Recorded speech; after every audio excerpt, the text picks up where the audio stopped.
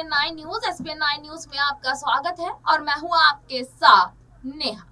जहां एक तरफ विधानसभा चुनावों की तैयारियां चल रही हैं, तो दूसरी तरफ लोकसभा की तैयारियों में भी कोई पीछे नहीं हट रहा। एक तरफ यहां पर देखा गया है कि राजस्थान और मध्य प्रदेश में कुछ कमी न रह जाए, तो वहीं दूसरी तरफ यहां लोकसभा चुनाव के लिए भाजपा एक एक सीट पर जाकर चुनाव प्रचार करती नजर आ रही है। यानी कि विधानसभा चुनाव भी हाथ से ना निकल जाए और लोकसभा चुनाव भी इस बार उनके हाथ से ना निकल जाए। अगर यहाँ सच की बात की जाए तो विधानसभा चुनाव से ज्यादा चिंता यहाँ भाजपा को लोकसभा चुनाव की है, क्योंकि अगर लोकसभा चुनाव से भाजपा की कुर्सी इस बार चली गई तो यूं समझ लीजिए कि लंबे समय के लिए भाजपा का पत्ता साफ। आज हम बात कर रहे हैं स्मृति ईरानी को लेकर कि स्मृति ईरानी लगातार अमेठी सीट पर जा रही हैं, चुनाव प्रचार कर रही हैं। यहाँ तक कि दिवाली के खास त्योहार पर, यहाँ जो साल भर का त्योहार होता है, अमेठी की जनता के लिए दिवाली गिफ्ट तक यहाँ पर भिजवाए जा रहे हैं। ऐसा नहीं है कि भाजपा ही भिजवा रही है, कांग्रेस भी लगातार अमेठी की जनता को यहाँ गिफ्ट भिजवा रही है। आखिरकार अमेठी जो सीट है वो इतनी क्या यहाँ पर इतनी ज्यादा महत्वपूर्ण क्यों है भाजपा के लिए भी और कांग्रेस के लिए भी? अगर हम बात करें 2019 के चुनाव की, तो 2019 में स्मृति ईरानी ने यहाँ राहुल गांधी को हरा दिया था। उससे पहले लगातार कांग्रेस का गढ़ यहाँ पर अमेठी कहलाता रहा है, लेकिन 2019 के चुनाव में हार के बाद स्मृति ईरानी लगातार यहाँ पर जाती हैं, दौरे करती हैं, लेकिन सिर्फ और सिर्फ चुनावों के दौरान।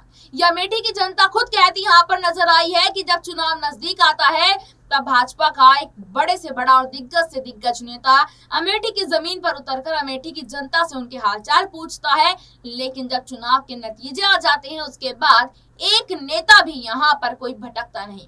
इसी बीच आपको बता दें कि स्मृति ईरानी का एक भाषण काफी ज्यादा सोशल मीडिया पर वायरल हो रहा है, जिसमें वो यहाँ राहुल गांधी को काफी अभद्र टिप्पणी करती नजर आई है। 5 राज्यों में विधानसभा चुनाव के बीच बीजेपी ने कांग्रेस नेता राहुल गांधी को जुबानी हमले तेज कर दिए। केंद्रीय मंत्री स्मृति ईरानी ने राहुल गांधी पर तीखा वार किया है। और इसी बीच आपको बता दें कि राजधानी जयपुर के सिविल लाइन में गुरुवार को एक जनसभा को संबोधित करते हुए स्मृति ईरानी ने राहुल गांधी को सीधे तौर पर भरी सभा में मूर्ख कहा। बीजेपी नेता ने जनसभा के मंच में कहा कि डर उनको लगता है जिनके सरदार मूर्ख होते हैं। हम शेर की पार्टी के कार्यकर्ता हैं, चाहे कितना भी डरा लो, हम डरने वालों में से नहीं है, ऐसा यहाँ पर स्मृति ईरानी कहती नजर आई है। इससे पहले विदेश के प्रधानमंत्री मोदी ने यार राहुल गांधी को मूर्खों के राजा मूर्ख कहकर यहाँ पर ये बात कही थी। और अगर बात यहाँ पर की जाए कि लगातार राहुल गांधी को यहाँ मूर्ख कहकर पुकारा जा रहा है। पीएम मोदी ने मध्य प्रदेश के बैतूल में एक जनसभा के दौरान राहुल गांधी को मूर्खों का सरदार कहा था। पीएम मोदी ने राहुल का नाम लिए बिना कहा था, मैंने सुना कल कांग्रेस के एक महाज्ञानी कह रहे थे कि भारत के सब लोगों के पास made in China mobile phone आता है। अरे मूर्खों के सरदार, किस दुनिया में रहते हो? कांग्रेस के नेताओं को अपने देश की उपलब्धियों को न देखने की मानसिक बीमारी है। तो यहाँ पे देश के प्रधानमंत्री पद पर बैठे यहाँ पीएम मोदी ने इस तरीके से राहुल गांधी को जो मूर्खों के सरदार यहाँ पर कहा है, तो कांग्रेस यहाँ पर काफी तिलमिलाई नजर आ रही है।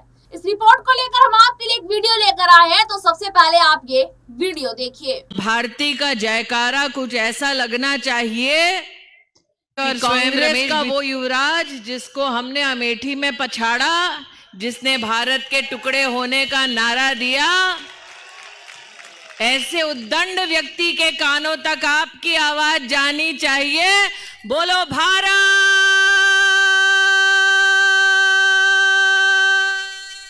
माता की। मंच पर विराजमान हमारे यशस्वी सांसद आदरणीय रमेश बिधूड़ी जी, सुखबीर जी, हमारे जिला के अध्यक्ष आदरणीय राजेंद्र जी, जम्मू से पधारे हमारे विधायक आदरणीय रणवीर जी, भारतीय जनता पार्टी के सभी कर्मठ कार्यकर्ता, सभी सम्मानित पदाधिकारी और आज भारतीय जनता पार्टी को अपना स्नेह, अपना आशीर्वाद देने आए हमारे बुजुर्गों को, स्नेही बहनों को, सम्मानित भाइयों को इस मंच से प्रणाम करती हूं। आप सबका वंदन एवं अभिनंदन करती हूं। विजय जी, आज आपने अपने वक्तव्य में कहा कि कांग्रेस पार्टी तंत्र का इस प्रकार से उपयोग कर रही है कि दहशत फैले भारतीय जनता पार्टी के समर्थकों में। आज रमेश बिधूड़ी इस बात के साक्षी हैं कि डर उनको लगता है जिनका सरदार मूर्ख हो। हम शेर की पार्टी के कार्यकर्ता हैं, चाहे कितना भी डरा लो, डरने वालों में से हम नहीं हैं।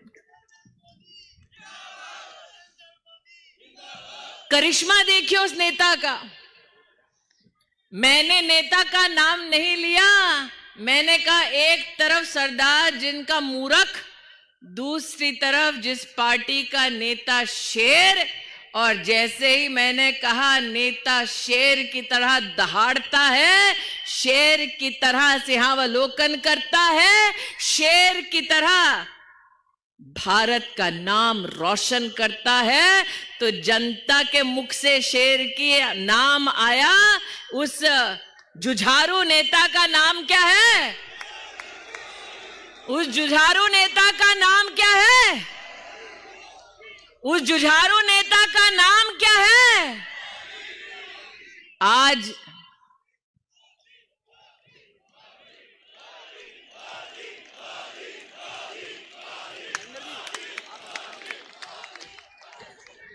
जब जनता खुद जानती है कि वो कौन है जिसने एक सामान्य गरीब परिवार में जन्म लेकर यह संकल्प किया कि जब मेरे पास सेवा का मौका आएगा तो गरीब और गरीब नहीं हो पाएगा, नागरिक कमल का बटन दबाएगा और विकास के नवयुग तक उस नागरिक को भाजपा की सरकार ले जाएगी। ऐसा संकल्प और उस संकल्प को सिद्धि तक पहुंचाने वाले नेता का नाम नरेंद्र मोदी है। आज यहां पर मैं एक ऐसे दिन आई हूं जब मात्र 24 घंटे पहले क्षेत्र की जनता ने भैया दूज का त्योहार मनाया। दूज का त्योहार ऐसा कि बहनें बिना किसी अपेक्षा के भाई के तिलक करके भाई के लंबे और स्वस्थ जीवन की कामना करती है। भाई भी बिना मांगे बहन के पैर छूकर आशीर्वाद लेता है और बहन को अपना संकल्प देता है कि जब तक वो जीवित है, जब तक उसमें प्राण है, तब तक वो बहन का संरक्षण करता रहेगा। आज यहां जो भाई उपस्थित हैं उनसे पूछना चाहती हूं, आपने भी दूज का त्योहार मनाया होगा, माथे पर तिलक लगाया होगा, बहन को सुरक्षा का आश्वासन दिलाया होगा।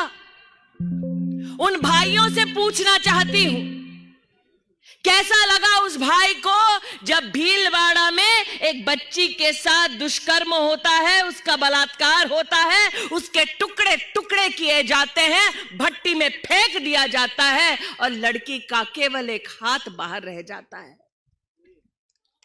आप सोचिए, उस बेटी के परिवार के दुख की आप कल्पना कीजिए। जो बेटी की पहचान करना भी चाहे तो कैसे करें? बेटी का मात्र एक अंश भट्टी के बाहर मिलता है।